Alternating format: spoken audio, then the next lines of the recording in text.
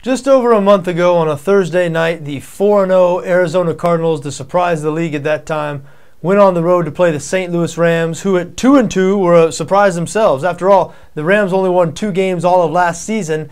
This Jeff Fisher's first year as head coach. Nobody expected the Rams to be competitive really early in the season, and they definitely were, but they were a home underdog against the Cardinals, and they beat the Cardinals that night. Since then, neither team has won a game. Arizona has lost every game since then. At least St. Louis has pulled out a tie. They tied the San Francisco 49ers a couple of weeks ago on the road, which was a surprising result. St. Louis was a double-digit underdog in that game.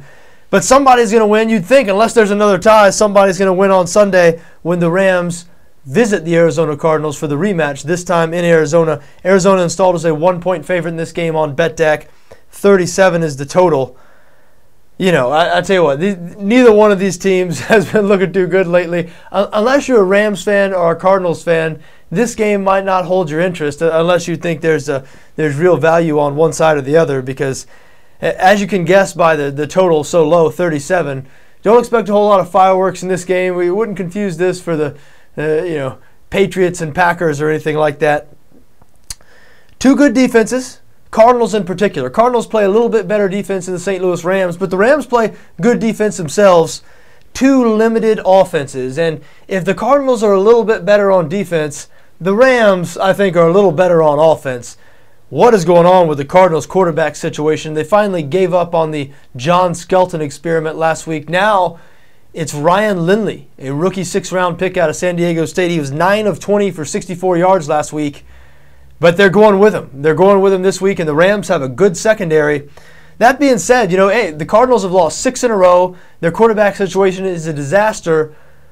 But they were on the road last week, and they almost beat the Atlanta Falcons, who are tied for the best record in the NFL. So they're doing something right. And what they're doing right is defense. And by the way, they have a guy Patrick Peterson, he might not be the best punt returner in the league, but he's one of the 3 or 4 best punt returners in the league. He's a threat to take it back anytime he touches the ball.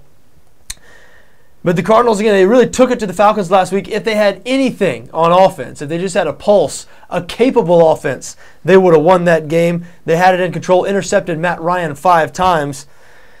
A 1-point, a short home favorite here against the St. Louis Rams. Rams coming off a bad home loss to the New York Jets. I guess I'm inclined to lean towards the Rams here. Maybe it's because there's sort of positive vibes around this Rams team for me this year. There are teams that cost you money every year, and there are teams that make you money. The Washington Redskins, for example, have cost me money. I believe I'm 1-3 betting against the Redskins this year. They're just better than I've given them credit for. The St. Louis Rams have made me money. I've made money all 3 times I've bet on the Rams this year. I did lose in a Rams game, I believe, betting the under one time. But every time I've backed the Rams, I've won. They haven't been getting much respect all year from odds makers. They were terrible last year, and at 3-6-1 this year, they're certainly not very good. I'm not going to sit here. The Rams, again, they haven't won a game since that game over a month ago when they beat the Arizona Cardinals. Not going to sit here and tell you the St. Louis Rams are a good team, but I do think they're still playing hard. I think they have a good defense. Arizona is an absolute disaster on offense. Even though I do want to mention that Beanie Wells activated for this game. He'll be making his first appearance since week 3. He's been out with a foot injury or a toe injury of some kind. Now, almost 1 year ago, November 27th of last year, Beanie Wells, against these same St. Louis Rams, ran for 228 yards, his career high. So I'm sure the Rams will have that in the back of their mind, but you wouldn't expect, after so many weeks on the sidelines, at least I don't expect Wells to come in and have that much of an immediate impact. And the Rams are better on defense this year than they were last year. So I have a slight lean towards the Rams. I think they're just slightly less dysfunctional, but they're not that good. Would it shock me here if the Cardinals pulled out a win at home? No, it would not. I do expect a low-scoring game here. The total is 37. I would lean towards the under, but I'll tell you what scares me about an under bet. The ball-hawking defenses. Arizona, we mentioned, picked off Matt Ryan 5 times last week. Sam Bradford is no Matt Ryan. Nobody will confuse this Rams receiving core, which might be without their best wide receiver, Danny Amendola. He's questionable again this week. Nobody will confuse them with that Atlanta Falcons receiving core. Patrick Peterson, the Arizona Falcons punt returner, as we mentioned, he's a threat to score at all times.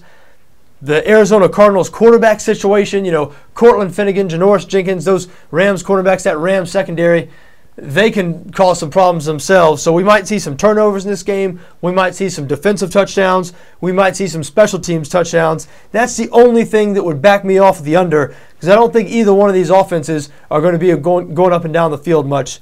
So I do have a slight lean towards St. Louis +1 here, and I guess a slight lean towards the under, even though I'll tell you what I like better. Find a prop bet, and I'm sure BETDAQ offers several different markets for many of these games. Find me a prop bet on BETDAQ, a defensive touchdown or a special teams touchdown prop bet. I bet you at some point in this game, and I know you get decent odds on that bet, there might be a defensive or a special teams touchdown at some point in this game. Would not surprise me in the least. Should be an ugly one on Sunday in Arizona.